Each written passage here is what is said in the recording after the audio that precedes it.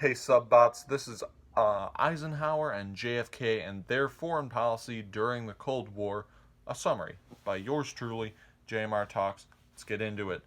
Eisenhower basically tried to make peace with the Middle East because, oil, and oil's always a nice thing. But he also makes it hard on himself and for America because he tries to recognize Israel. And as you guys know, they don't really like each other, or Israel wanting to be recognized, and yeah, that just didn't really work out, right? This kind of leads to the Suez Crisis, which Egypt they ask the United States for money to build a canal, but the U.S. is like, hey, no, that's gonna hurt Israel, so we're not gonna give you money. So Egypt's like, hey, Soviets, can I have some money? And then the Soviets give them some money, and then Egypt holds the Suez Canal on lockdown. Keep in mind, the Egyptians were not trying to build the Suez Canal. The Suez Canal already existed before this. All right, it was owned by Great Britain and France. This creates tensions between. Oh wait, let me take a step back. This hurts the Western democracies because the Suez Canal was owned by Great Britain and France. So Great Britain and France create a surprise attack against Egypt, which creates tensions between Eisenhower and Great Britain and France because he was a little sad that they didn't discuss it with him first. Boo-hoo, Eisenhower.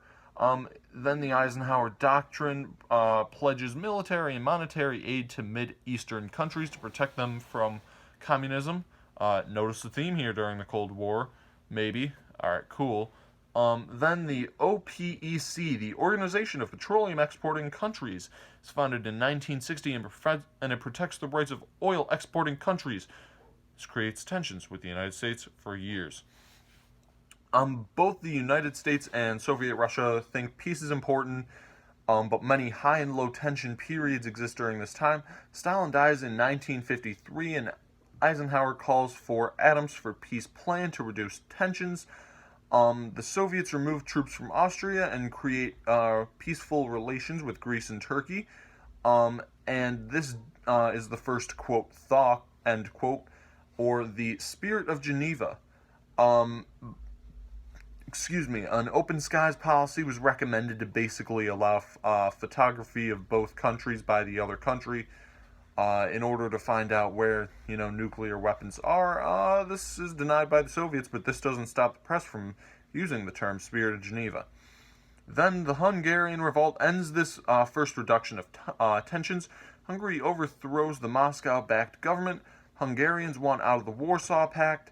Soviets refuse to allow them. Not a good thing. Then the Sputnik is launched into orbit by the Soviets, and the Americans are embarrassed because they don't have anything that's able to compete with satellites or rockets. This is caused by a lack of science and math majors. Then the National Defense and Education Act gave money for schools to teach math, science, foreign language, and NASA is also created for exploring space and building missiles. Now we have the Second Berlin Crisis, in which Soviet leader gives the U.S. 6 months to leave West Germany before it is given to the East. The U.S. refuses to pull out of there. There's no tensions. Tensions end because of a meeting at Camp David, and a second conference is scheduled at Paris. However, this doesn't stay because the U.S. launches a spy plane known as U-2 to gather information on the Soviets. It gets shot down by the Soviets in their own country, and Eisenhower is honest, and it says its purpose. And then Khrushchev denounces the United States and temporarily ends peaceful relations. Communism then begins in Cuba after Castro, the CIA guy, or not CIA guy, you know what I mean. Castro, the big man himself, overthrows the Cuban government. The U.S. then cuts trade with the Soviets, and because, Castro was supporting a communist government, Cuba then turns to the Soviets for help. Eisenhower authorizes the CIA to train anti-communist ex-Cubans to retake their country, and Eisenhower takes credit throughout the years for keeping peace between nations, and he warns that America is becoming an ancient Rome because of all the power. However, he kind of leaves this whole, quote, retake your country stuff for Kennedy to have as a problem. Not a good thing. Kennedy is president. Let's talk about him. We're almost done. He's unable to get many domestic policy signs, so he focused more on his foreign ones, which did pass. He creates the Alliance for Progress, which helps out Latin America.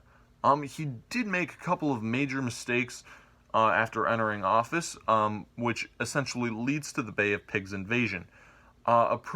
Previously,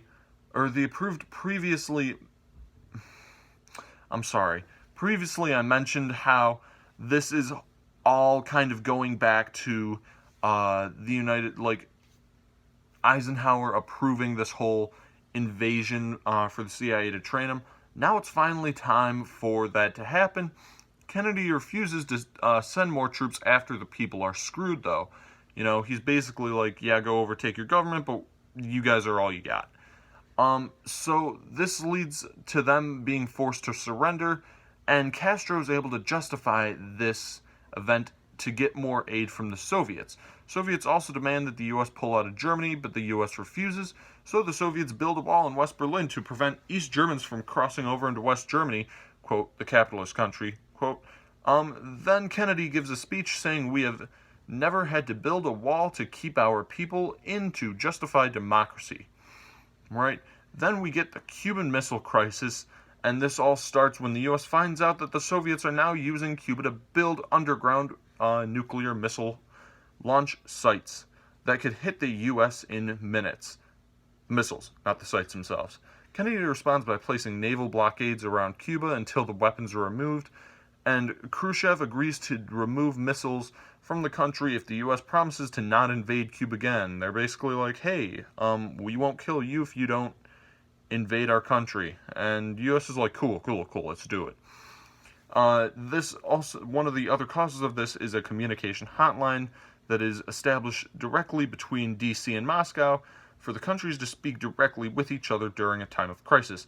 1963, the Nuclear Test Ban Treaty is signed, which prevents the testing of nukes in the atmosphere, and the U.S. policy shifts away from the Dulles way of relying on nuclear weapons in the past, and focuses now on using mostly traditional arms. If you guys don't remember, can't remember if I talked about it in the last video, but Dulles, and he kind of had a whole policy where he's like, let's only use nuclear weapons instead of wasting all this money on, smaller weapons.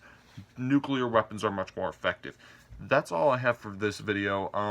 I thought I said it was going to be shorter. That's a lie. It's never short. Like I said, brief summary here. I didn't have a lot of time to put into this one. I hope you guys understand. Yeah, I'll try and have maybe a half-hour video next week. No, I'm not going to do that. Who am I kidding?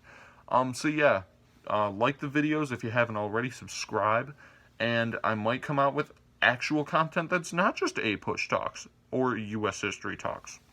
Who knows? Alright, till then, have a great week, everybody. Peace out.